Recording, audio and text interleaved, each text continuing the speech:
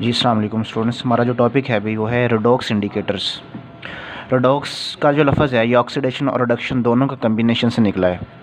Redox indicators वो होते हैं जो रेडॉक्स टाइट्रेशंस के लिए यूज़ होते हैं।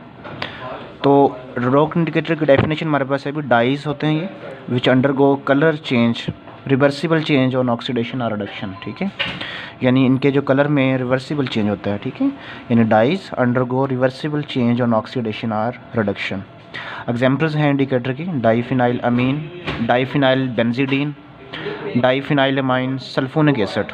ठीक है, एडीसी, ये हमारे पास इसकी एग्जांपल्स हैं। कलर चेंज है इंडिकेटर्स का वो डिफरेंट होता है जी, different colours in oxidised form and reduced form. यानी कि जब रेडॉक्स रिएक्शन वो होते हैं जिसमें ऑक्सीडेशन भी हो और रिडक्शन भी हो रही होती है, तो आपके इंडिकेटर की जो ऑक्सीडाइज फार्म होगी उसमें उसका कलर और होगा और रिड्यूस फार्म में उसका कलर और होगा। ठीक है, इनका जो कलर है अभी वो डिपेंड करता है ईएमएफ के ऊपर। हाँ जी, इनका जो कलर चेंज है वो डिपेंड करता है ईएमएफ ऑफ सॉल्यूशन के ऊपर, इलेक्ट्रोमोटिव फोर्स, जिसको हम आमतौर पे वोल्टेज का नाम या पोटेंशियल का नाम भी दे सकते हैं। तो कलर चेंज जो है ना वो इसके ऊपर डिपेंड कर रहा होता है सॉल्यूशंस का। फॉर एग्जांपल बच्चों, हमारे पास डाईफिनाइल अमीन जो है, डाईफिनाइल अमाइन, ये जो होता है ये कलरलेस होता है अभी, colourless in reduced form. Reduced form में इसका कोई कलर नहीं होता, बट ऑक्सीडाइज फार्म में ये वायलेट होता है। वायलेट कलर इसका स्टूडेंट्स होता है, वायलेट इन ऑक्सीडाइज फार्म। ऑक्सीडाइज फार्म में इसका वायलेट कलर होता है। ओके, अच्छा, अब सॉल्यूशन की ईएमएफ कितनी होनी चाहिए डाईफिनाइल अमीन के लिए? तो जो ईएमएफ की वैल्यू है यहाँ पे वो अराउंड 0.76 वोल्ट होती है। ठीक है, इतनी ईएमएफ के ऊपर ये अपना जो है ना चेंज हो जाता है, इसका कलरलेस से वायलेट कलर में चला जाता है। अगर सॉल्यूशन की ईएमएफ कितनी हमारे पास 0.76 वोल्ट है तो ये अपना कलर चेंज करता है, कहाँ से? कलरलेस से वायलेट फॉर्म के नीचे चला जाता है। ठीक है, अब इसका हम स्ट्रक्चर देखते हैं जी बच्चों। अब डाई का मतलब दो होता है, फिनाइल मतलब फिनाइल ग्रुप्स लगे होते हैं, यानी C6H5 होता है साइडों पे, यानी C6H5। ठीक है, अमाइन स्टूडेंट्स अमोनिया से निकला हुआ है, अमोनिया के दो हाइड्रोजन उड़ा के उसकी जगह पे एक साइड पे मैंने अमाइन ग्रुप फिनाइल लगा दिया, एक दूसरी साइड पे एक और फिनाइल लगाएंगे हम C6H5। तो ये स्ट्रक्चर किसका हो गया भाई? ये डाईफिनाइल अमाइन का स्ट्रक्चर हो चुका है। अमोनिया का फार्मूला होता है ना NH3, उसमें से दो हाइड्रोजन उड़ा के उन दो हाइड्रोजन की जगह पे हमने दो फिनाइल ग्रुप्स लगा दिए। फिनाइल ग्रुप बेसिकली बेंजीन वाला ग्रुप होता है, तो इसका हम स्ट्रक्चर भी ड्रॉ कर लेते हैं यहाँ पे। 6 मेंबर रिंग स्ट्रक्चर होता है, हर कोने पे कार्बन लगा होता है अभी, डबल बॉन्ड, फिर सिंगल, फिर डबल, फिर सिंगल और फिर double bond, alternate double single bonds होते हैं इसके अंदर। आगे NH है, NH के साथ आगे एक और बेंजीन का रिंग, वालेकुम अस्सलाम, एक और बेंजीन का रिंग जुड़ा होता है भाई।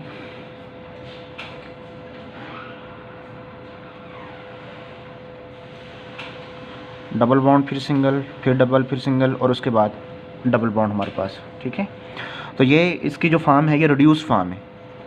ये डाईफिनाइल अमीन की कौन सी फार्म है भी? रिड्यूस्ड फार्म है ये। ठीक है, अब जब ये ऑक्सीडाइज फार्म में जाएगा तो इसका कलर कैसा हो जाएगा? इसका वायलेट कलर होगा। ऑक्सीडाइज फार्म में स्टूडेंट्स क्या होता है? इसकी ऑक्सीडेशन हो जाएगी ना, इसकी यानी लॉस ऑफ इलेक्ट्रॉन या loss of hydrogen is called oxidation. तो यहाँ पे हम पहले ऑक्सीडेशन को समझ लेते हैं, ये क्या होता है? लॉस ऑफ इलेक्ट्रॉन या हाइड्रोजन। ठीक है, और इसको हम ऑक्सीडेशन बोलते हैं। तो यहाँ पे रिडक्शन इसका रिवर्स हो जाएगा, यानी गेन ऑफ इलेक्ट्रॉन और हाइड्रोजन। ठीक है, ये हमारे पे रिडक्शन है। तो यहाँ पे क्या होगा? यहाँ से हाइड्रोजन, ठीक है, H पॉजिटिव की फॉर्म में निकलेगा और साथ में इलेक्ट्रॉन भी रिमूव हो जाएंगे। तो हमारे पास जो स्ट्रक्चर आएगा वो ये आएगा। हाँ जी, तो student reduce form oxidise form में कैसे कन्वर्ट होगी वो देख लें आप। एक्चुअली होगा ये कि ये वाला जो यहाँ पे रेजोनेंस टाइप जो है ना वो हो रही होती है, स्ट्रक्चरल चेंजिंग आ रही होती है। ये वाला बॉन्ड जो है ये यहाँ शिफ्ट होगा, तो ये वाला जो नाइट्रोजन के साथ हाइड्रोजन लगा हुआ ना, ये हाइड्रोजन किसके साथ लगा हुआ है? इसको हम ऐसे शो करवा दें अगर, यानी इसको हम ऊपर भी यहाँ पे शो करवा सकते हैं। यहाँ पे हाइड्रोजन है हमारे पास। तो एक्चुअली होगा ये कि जब ये वाला बॉन्ड इधर शिफ्ट होगा ना तो यहाँ से हाइड्रोजन जो है ना ये वाला बॉन्ड टूटेगा और H जो है ना और इलेक्ट्रॉन साथ दोनों रिमूव हो जाते हैं, क्योंकि नाइट्रोजन के टोटल कितने बॉन्ड होते हैं? 3 बॉन्ड। तो स्टूडेंट यहाँ पे ये होगा कि ये वाला बाण इधर शिफ्ट होगा। अच्छा, जब ये बाण इधर आएगा तो ज़ाहिर बात है ये भी इधर यहाँ पे रेजोनेंस की वजह से ये भी यहाँ पे आएगा। ठीक है, तो हमारे पास जो रिज़ल्ट आएगा उसका कुछ इस तरह से आएगा जो आपके सामने मैंने लिखा हुआ है। प्लस और यहाँ से क्या क्या चीज़ें रिमूव हुई, H पॉजिटिव प्लस इलेक्ट्रॉन। ठीक है, यानी ये जो बाण टूटा था ना, बाण के इलेक्ट्रॉन और साथ में हाइड्रोजन जो है वो H पॉजिटिव की फॉर्म में दोनों रिमूव हो चुके हैं। तो ये वाली जो फॉर्म है इसकी, ये है oxidised form. This is the oxidised form. और इसका कलर किस तरह का है भाई, इसका वायलेट कलर है। ठीक है, यानी कलर लेस किस में चेंज हो गया, वायलेट कलर में। इनका स्ट्रक्चरल चेंज जब आता है तो ये साथ में कलर भी चेंज हो जाता है। ठीक है बच्चों, ये सुन, अभी जो ये वाला रिएक्शन लिखा हुआ आपके सामने, हाँ जी, इस रिएक्शन को हम जनरली किसी भी इंडिकेटर के लिए जो है ना वो इस फॉर्म में भी लिख सकते हैं कि हमारे पास इंडिकेटर IN के साथ लिखते हैं उसको हम। ठीक है, और ऑक्सीडाइज फॉर्म है उसकी, प्लस रिड्यूस फॉर्म कैसे कि जब वो n number of electron gain करेगा। ठीक है, और ये रिवर्सिबल चेंज हो रहा होता है इंडिकेटर, और यहाँ पे RED यानी इंडिकेटर, IN का मतलब है इंडिकेटर। ठीक है, तो इस तरह से इसकी रिडक्शन या ऑक्सीडेशन हो रही होती है। इसको आप ऐसे भी लिख सकते हैं, इंडिकेटर को इस साइड पे लिखें, IN ऑक्सीडाइज को इस साइड पे लिख सकते हैं, इससे कोई फ़र्क नहीं पड़ेगा। तो ये जनरल तरीका लिखने का। अच्छा, अब इस रेडॉक्स टाइट्रेशंस को ना एक्सप्लेन करने के लिए एक नस्ट इक्वेशन यूज़ की जाती है, उसको आपने डायरेक्ट याद करना है। नस्ट इक्वेशन हमारे पास ये है, जो ये हमारे पास है नस्ट इक्वेशन। E क्या है जी, पोटेंशियल को शो करते हैं E के साथ हम लोग। तो E इज़ इक्वल टू जो टोटल पोटेंशियल किसके बराबर आएगा, E0 स्टैंडर्ड रिडक्शन पोटेंशियल या ऑक्सीडेशन पोटेंशियल होता है हमारे पास।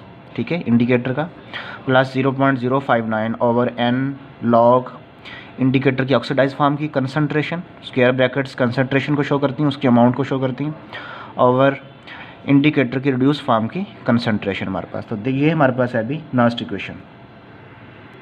जी बच्चों, अब सोल्यूशन का जो कलर है ना वो डिपेंड करता है इस रेशो के ऊपर। ठीक है, यानी कलर ऑफ सॉल्यूशन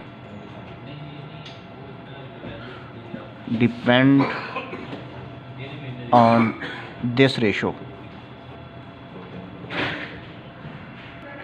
जिस स्टूडेंट, इस रेशो में अगर हमारे पास इंडिकेटर ऑक्सीडाइज फॉर्म में उसकी जो कंसंट्रेशन है, यानी ये वाली कंसंट्रेशन कितनी है, 91% है या ज़्यादा है, तो आपको जो कलर सोल्यूशन का शो होगा वो हमारे पास ऑक्सीडाइज फॉर्म का कलर होगा। यानी इंडिकेटर का जो ऑक्सीडाइज फॉर्म है ना, वो कलर, उसका कलर डोमिनेट हो जाता है, डोमिनेट।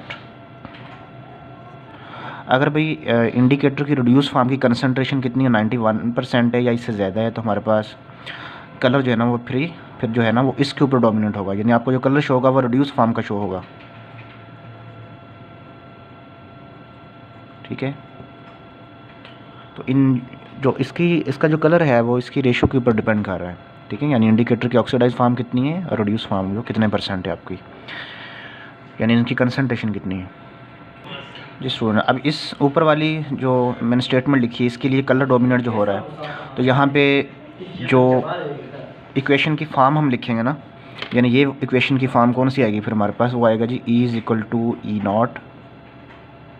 ठीक है, E0 स्टैंडर्ड रिडक्शन पोटेंशियल को बोलते हैं, प्लस 0.059 ओवर n हमारे पास। ठीक है, तो नीचे वाली इक्वेशन के लिए हम क्या करेंगे, हम कौन सी फॉर्म लिखेंगे, इस इक्वेशन, ये इक्वेशन कौन सी फॉर्म में कन्वर्ट हो जाती है, इसका जब लॉग वगैरह ले लेते हैं, इसको सॉल्व करते हैं हम लोग, तो E is equal to E0। ठीक है, प्लस का साइन यहाँ पे, सॉरी, प्लस का साइन जो है ना नेगेटिव में कन्वर्ट हो जाएगा, बाकी इक्वेशन सेम रहेगी।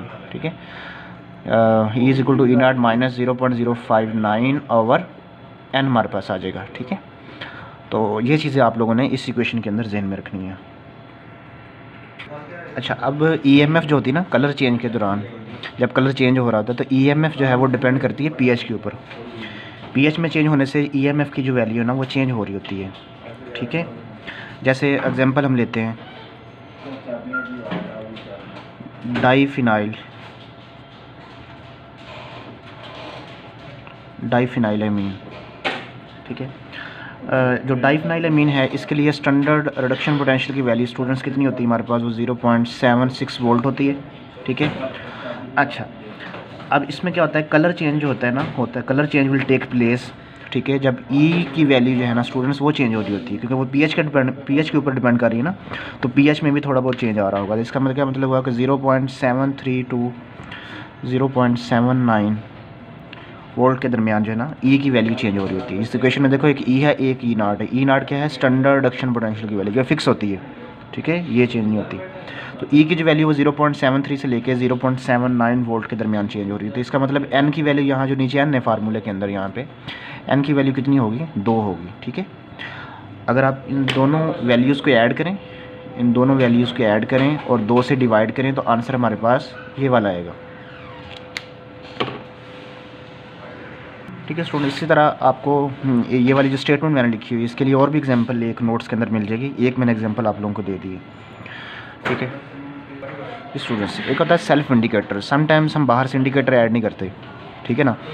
आपका जो रिएक्शन हो रहा होता है उसी में जो आपके रिएक्टेंट्स होते हैं, जो आपकी स्पीशी होती हैं, केमिकल स्पीशी होती हैं, वही इंडिकेटर के तौर पे काम कर रही होती हैं, उसको हम बोलते हैं सेल्फ इंडिकेटर, ठीक है। फॉर एग्जांपल कुछ टाइट्रेशंस हम करवाते हैं, कुछ टाइट्रेशंस में स्टूडेंट्स आपका KMnO4 है ना, पोटाशियम परमैंगनेट KMnO4, ठीक है ना। इसका अपना एक कलर होता है, इसका अपना एक डिस्टिंक्ट कलर होता है इसका, ठीक है। तो इस टाइप के रिएक्शंस के लिए हमें इंडिकेटर की ज़रूरत पेश नहीं आती। इनको हम बोलते हैं सेल्फ इंडिकेटर्स, यानी खुद ब खुद ही वो इंडिकेटर के तौर पे आपके जो रिएक्शन हो रहा होता है ना, रिएक्शन के जो रिएक्टेंट्स हैं आपके, वही इंडिकेटर के तौर पे काम कर रहे होते हैं। तो इसलिए इनको हम बोलते हैं सेल्फ इंडिकेटर्स, ठीक है स्टूडेंट। इससे पहले आपने समझा कि इंडिकेटर जो है ना अपना कलर चेंज करता है, ऑक्सीडाइज फॉर्म में, रिड्यूस फॉर्म में कलर डिफरेंट होता है, ठीक है। तो किस पॉइंट पे जाके उसको इंडिकेटर को अपना कलर जो है ना वो चेंज करना चाहिए? तो स्टूडेंट, तो इंडिकेटर जो है ना वो ऑक्सीडाइज हो जाता है। इंडिकेटर कोई भी है, जनरल बात कर रहा हूँ मैं, सेल्फ इंडिकेटर की बात नहीं कर रहा, मैं जनरल बात कर रहा हूँ। कोई भी इंडिकेटर है ना वो ऑक्सीडाइज्ड हो जाता है, ठीक है। किस पॉइंट पे? At equivalence point, at equivalence point पे जाके वो अपना वो ऑक्सीडाइज हो जाता है। रीज़न स्टूडेंट्स क्या होती है? इक्वलेंस पॉइंट पे पीएच में शार्प चेंज आता है, पीएच शार्पली चेंजेस, जिसकी वजह से आपका इंडिकेटर ऑक्सीडाइज होता है और उसका वहाँ पे कलर भी आ जाता है फिर, ठीक है बच्चों। अब हम एक इम्पोर्टेंट पॉइंट जो है ना उसको समझते हैं कि आपका जो इंडिकेटर है ना students, indicator should have E naught value high, ठीक है स्टूडेंट। इंडिकेटर की ई नॉट की वैल्यू हाई होनी चाहिए। किससे हाई होनी चाहिए? हाई देन द सिस्टम मतलब जो आप रिएक्शन करवा रहे होगे किसी एसिड का किसी बेस के साथ करवा रहे होगे, यानी जो टाइट्रेशन आप करवा रहे होंगे ना वो आपका सिस्टम है, ठीक है। देन द सिस्टम, और उस सिस्टम की क्या हो रही होगी? सिस्टम आपका जो क्या हो रहा होगा, उसकी ऑक्सीडेशन हो रही होगी, ऑक्सीडेशन, ठीक है। रिडक्शन के केस में ये बात रिवर्स हो जाती है फिर, ठीक है जी। अब हम समझते हैं डाइफिनाइल अमीन जो है आपका, ये हमारे पास इंडिकेटर है स्टूडेंट्स, और ये इंडिकेटर किस टाइप की टाइट्रेशन के लिए यूज़ होता है वो भी आपको पता होना चाहिए। तो आयरन का सोल्यूशन होता है हमारे पास, आयरन 2+ जो आयन्स है ना, ठीक है, आयन, इनकी टाइट्रेशन की जाती है बाय डाइक्रोमेट, ठीक है। तो इस टाइप की टाइट्रेशन के लिए हम लोग क्या यूज़ करते हैं? डाइफिनाइल अमीन का इस्तेमाल करते हैं, ठीक है। कलर कैसे चेंज होता है? कलर स्टूडेंट्स आपका चेंज होता है डीप वायलेट कलर आता है इक्वलेंस पॉइंट के ऊपर, ठीक है। ये बात हम पहले भी देख चुके हैं।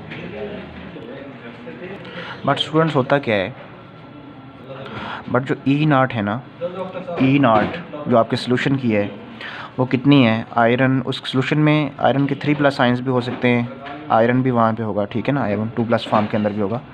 तो ई नॉट की जो वैल्यू है वो कितनी है हमारे पास? वो 0.77 वोल्ट होती है, ठीक है। बट आपका जो इंडिकेटर है ये वाला डाइफिनाइल अमीन, ठीक है ना, इसके लिए इसकी जो ई नॉट की वैल्यू कितनी है स्टूडेंट्स? इसकी ई नॉट की वैल्यू है 0.76 वोल्ट, ठीक है। बट होने तो इसकी हाई चाहिए थी, ऊपर क्या लिखा हुआ है? Indicator should have E naught value high than system की यहाँ पे कितनी? 0.77, बट डाइफिनाइल की क्या होगी? यहाँ पे कम होगी, होने ज़्यादा चाहिए थी ना इंडिकेटर की, ठीक है। तो इसके लिए फिर हम लोग क्या करते हैं, जी स्टूडेंट, तो होगा ये कि जो आपके आयंस जो है ना, ये F3+ वाले आयंस हैं, ये आपके इंडिकेटर को ऑक्सीडाइज़ कर देते हैं। ऑक्सीडाइज इंडिकेटर, यानी आपके डाइफिनाइल अमीन को ये क्या कर देते हैं, ये ऑक्सीडाइज़ कर देते हैं। तो टाइट्रेशन हो नहीं पाएगी ना, टाइट्रेशन तो तब होगी ना, हम तो टाइट्रेशन कर रहे हैं किस साइन के लिए, 2+ वाले आयंस के लिए, लेकिन सोल्यूशन में तो 3+ वाला जो आयंस हैं वो क्या करेगा, ऑक्सीडाइज़ कर देगा इंडिकेटर को। ठीक है, तो इस मकसद के लिए हमने क्या करना है स्टूडेंट, हमने 3+ आयंस को रिमूव करवा देना है। ठीक है, और इसको कैसे रिमूव करवाते हैं, हम ऐड करते हैं सोल्यूशन के अंदर स्टूडेंट्स फास्फोरिक एसिड ऐड करते हैं। फास्फोरस एसिड जब ऐड करोगे ना आप, तो Fe3+ जो आयंस हैं वो फास्फोरिक एसिड का फार्मूला क्या होता है, H3PO4, ये फास्फोरिक एसिड का फार्मूला है। ये अपना प्रोटॉन रिलीज़ करेगा, तो यहाँ पे होगा क्या है, H2PO4 आयंस प्रोड्यूस होंगे, वो आयरन के साथ मिल जाएंगे। ठीक है, और इस फॉर्म में जो है ना हम इनको अलहदा कर लेते हैं। ठीक है जी स्टूडेंट्स, अब जब आप आयरन 3+ आयंस को रिमूव करवा के टाइट्रेशन करवाओगे ना, यानी ये जब हम टाइट्रेशन करवाएंगे तो हमारे पास जो क्या होगा कि जो पोटेंशियल की वैल्यू है ना, ई की जो वैल्यू है वो चेंज हो जाएगी, कहाँ से 0.72 से 1.1 वोल्ट के दरमियान वैल्यू ई की चेंज हो जाएगी। ठीक है, और आपका जो डाइफिनाइलमीन है इंडिकेटर जो है ना आपका, वो ऑक्सीडाइज हो जाता है और वो कलर शो करता है। फिर वो इंडिकेटर आपका क्या हो जाता है, ऑक्सीडाइज्ड हो जाता है। ऑक्सीडाइज फॉर्म में वो कोई ना कोई कलर शो करता है, यानी यहाँ पे कलर उसका क्या होता है, डाइफिनाइलमीन का वायलेट कलर होता है। ठीक है, डीप वायलेट कलर इसका होता है। ठीक है बच्चों, तो इस तरह हम फर्दर कुछ एग्जांपल देख लेते हैं इंडिकेटर्स की। स्टूडेंट, ये हमारे पास कुछ इंडिकेटर्स हैं, जैसे डाइफिनाइलमीन कलरलेस है, रिड्यूस फॉर्म में, ऑक्सीडाइज फॉर्म में, ये वायलेट कलर है। इसकी EMF जो वैल्यू है हमारे पास वो 0.76 वोल्ट है स्टूडेंट्स। डाइफिनाइल बेंजीडीन जो है वो कलरलेस है, रिड्यूस फॉर्म में, वायलेट है इस फॉर्म के अंदर। इसी तरह डाइफिनाइल सल्फोनिक एसिड जो है वो कलरलेस है, रिड्यूस फॉर्म में, रेडिश वायलेट कलर उसका होता है भी ऑक्सीडाइज फॉर्म में। इसकी EMF की वैल्यू कितनी हमारे पास 0.78 वोल्ट तक है। ठीक है, तो ये माइनस का साइन जो है ना, ये जस्ट साइन है, इससे आपने कन्फ्यूज ना, वैल्यू एग्जैक्ट वो कितनी है, 0.78 ये। ठीक है, वो ऑक्सीडाइज फॉर्म में उसका कोई ना हम लोग साइन और यूज़ करते हैं। रिड्यूस फॉर्म में स्टैंडर्ड रिडक्शन पोटेंशियल जो है ना, उसके लिए हम नेगेटिव का साइन यूज़ करते हैं। स्टैंडर्ड ऑक्सीडेशन पोटेंशियल के लिए पॉजिटिव का साइन यूज़ करते हैं। ठीक है, तो इससे आप लोगों को कन्फ्यूजन होगा। वैल्यू हमारे पास ये इतनी है 0.78 ये जो साइन है ये रिडक्शन या ऑक्सीडेशन को शो कर रहा होता है। ओके भी, तो ये हमारी डिटेल थी किसकी, रेडॉक्स इंडिकेटर्स की।